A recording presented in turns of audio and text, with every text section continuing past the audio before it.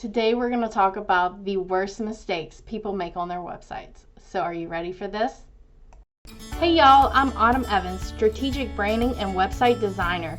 I work for service providers and female entrepreneurs who want to elevate their brand to turn heads and open wallets. I'm sharing with you my top tricks and tips for you to do the same. So let's go. The first mistake we're going to talk about is not using WordPress. WordPress is the best platform to be on. And if you want to know why, go ahead and check out my last video on why WordPress is the best platform. So over 40% of the world's websites are made on WordPress, and there's a reason for that. WordPress is the best, always has been, and I can't speak for the future, but right now it still is. There's a lot of other platforms out there, but WordPress is the best for SEO, and it's the most cost effective if you're using the right tools. The second mistake that a lot of people make is having bad hosting. Hosting is so important for your website. So before we talk about hosting, we need to know, what is hosting? So hosting is where all of your files for your website is stored. So for example, we have, you think about file storage and you think about your computer, and where your files are stored on there is your hard drive. And then you have like storage solutions like a USB port or USB drive that hooks into your USB port. And so we have those, and depending on your age and if you remember, you also have floppy disks. Like, that is another form of storage, and they're kind of obsolete, but you'd be surprised there are still people using it. Not joking. One of my clients is still using floppy disks. Yep. So I haven't used a floppy disk since high school, but they are not as good as a flash drive. And one of those reasons is that the floppy disk doesn't hold as much storage, so you need a lot more floppy disks to make up the same storage that you have in a little bit of a USB drive. So that is kind of like, if you work with me on this analogy, the same thing with hosting. Some of your hosting providers are the floppy disk, and some of them are the flash drive.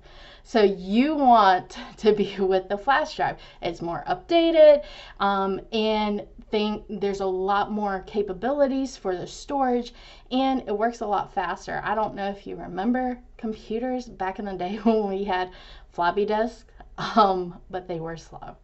So that is the one thing that you want to look for. You want to look for a hosting provider that uses SSD drives. That stands for solid state drives. And some hosting providers, not naming names, but they use SATA drives, which are like really clunky, and they fail a lot of times because there's a lot of moving parts. So we're not going to get into the details of that, but basically when you look for a hosting provider, there are a few things that you want to look for. You want to look for a hosting provider that provides free SSL and not to charge you for it, because it should be free. There are some hosting providers that charge outrageous amounts for these, and that's not right. Okay? So another thing you want to look for is the storage space. So if you have a really large like e-commerce site, you might want to look at getting upwards of 10 to 15 or even more, depending on the size of your site. But for most sites, they're good with about 5 gigabytes. You also want to look at like their usage, bandwidth, and those rates. So if you have a lot of traffic to your site, you're going to want to make sure you have a hosting provider that can support that. And you want to look for, again, like I said, you want to make sure that they're using SSD drives. Some of the best hosting these days is cloud hosting. It's the most up-to-date form of hosting, And I actually provide cloud hosting, so if you want to link to that, it's linked below. Number 3, one of the biggest mistakes. These are not necessarily in order, but one of the biggest mistakes is not being mobile friendly. This is so important.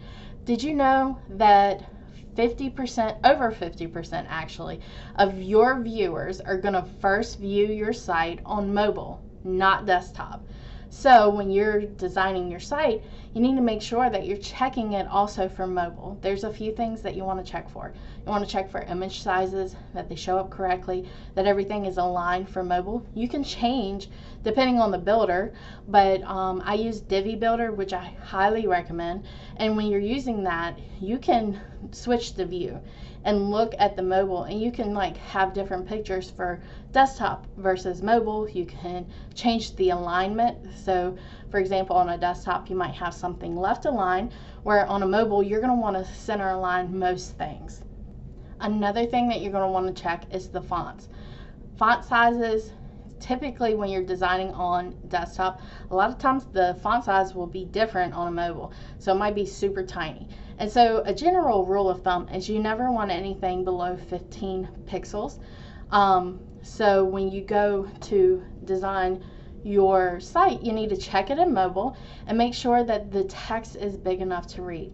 And you're also going to want to check on buttons or like clickable links, that there's enough space between clickable links, so that way you're not like trying to press a button and it's pressing the wrong button, or they're not able to press the button because they can't find where the link is. So you're going to want to make sure that clickable area is big enough on a mobile version, as well as the desktop version obviously, but on the mobile version is super important because you need some space between clickable links. And number 4, speed optimization. This goes along with mobile optimization.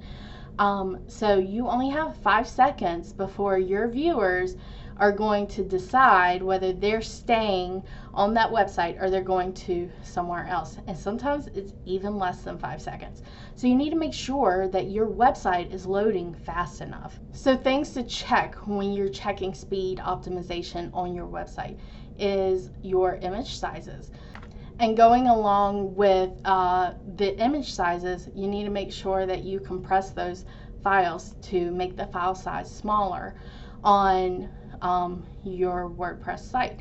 So I recommend doing this before you load it to your WordPress site by going to tinypng.com and compressing it to make it a smaller file size, so that when the page loads, it doesn't have such a big file size to load. And of course, if it is a bigger file size, it's going to slow down your site, especially when those files are towards the top of your page. A lot of times we have a picture banner, and so that can slow down your website if it's not compressed. Another thing to look for is using too many plugins. So too many plugins can cause your site to really slow down, especially depending on the plugin. Some of them are bulkier than others. So for the most part, if there is a way to code in a certain function, you need to do that instead of using a plugin, which a lot of these plugins are not necessary. So that is something to ask your developer if you have one, or if you don't, just check out the reviews on the plugin. This also has a lot to do with your hosting provider. Like I said earlier, hosting is super important. If you have a bad host, you're going to have bad speeds on your website, and there's no way to fix that because your hosting is bad. But if you have a good hosting provider, another way that you can increase your speed is by using what's called a CDN, Content Delivery Network. So one of the most popular forms of this is Cloudflare, and I love using Cloudflare. Sometimes it does interact with other plugins, so there might be some settings that you have to not use or to tweak a little bit, but you can find a lot of those tutorials on YouTube. That's where I learned how to use Cloudflare myself. It's a really great feature to use. And also, going along with using a content delivery network, one of my favorite plugins for image optimization is Optimal, and it serves your images in a scaled manner to make your website a little bit faster, which I really enjoy. Another thing that usually comes with your hosting provider is a really good cache plugin. So a cache plugin basically stores a version of your website on a server, so that way it loads a lot faster. And so depending on your host, you might have a like a specific cache plugin that comes with your hosting. Evans Custom Design uses Lightspeed Cache, which is an amazing plugin, and I highly recommend it. But depending on your provider for hosting, it could be different. Like SiteGround, I think, has their SiteGround optimization plugin as well. If your hosting provider doesn't provide one, there are a few good versions on WordPress, and I'll link those below as well. And finally, number 5, the worst mistakes you can make with your website. It goes along with a little bit of the design aspect, and that's not having a call to action. So your call to action usually is like, call me now, or book an appointment, or you need to tell your viewer what they should do next. A lot of times people are not going to do anything unless you give them an action to do. And so this call to action, a lot of times my personal preference is to put it in the header, so it's there at the very beginning of the page. So if your service provider, like book an appointment, you should have a button that is a different color that should stand out for them to press. And also, you need to have another call to action above the fold. So what the fold means is, like, when you first view a website, the first image that you see without scrolling is called above the fold. And so there should be a call to action in the header and a call to action above the fold, usually with your tagline that tells your viewer what you do, who you do it for, and who you are.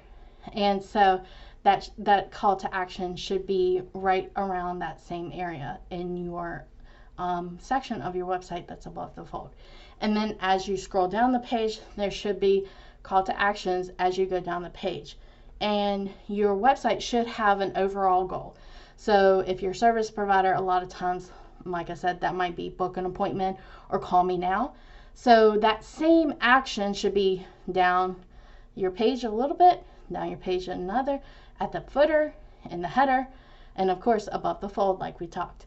So that you're constantly reminding them of what they need to do next and why they should do it. So that is my tips, my top 5 tips of the worst mistakes that people make with their websites. I hope this helped you out a lot.